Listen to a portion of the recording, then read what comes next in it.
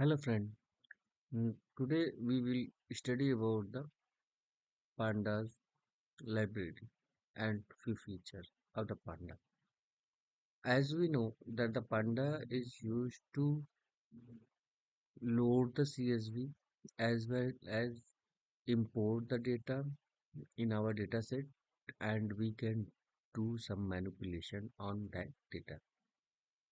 Also panda is used to, if you generate any dictionary or structure, and then if you want, then it will create a table for you.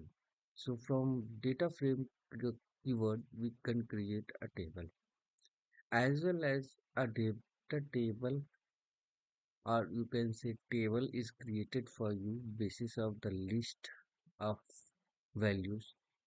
You can do some manipulation of that table. So what exactly I am trying to say? I am trying to explain here that once the data is loaded, after that, if you want, then you can do some manipulation. Let me show you few things, after that you can understand, right? As you know that in my previous video I show you how we can print a table using pandas library. Let me show you. You can see here a name, department, salary, age. So it will convert as a columns, and these will be generated as the row. So this is the feature of the pandas data frame, right? So you can see here, this is the table generated, and name is as a column, department is a column, salary is a comma, age is the column.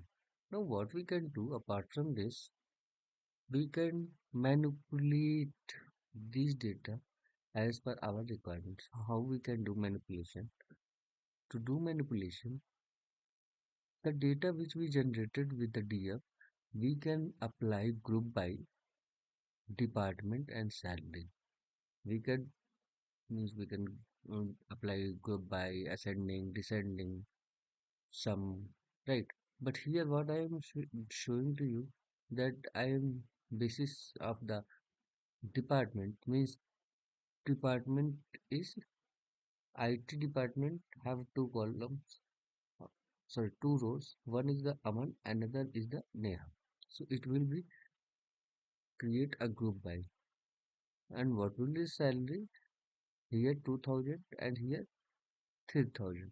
So what will be the average salary? Salary mean means average salary 2000 and 3000 is equal to 5000, and two records are there, then divide by 2, then 2500, right? So let me show you.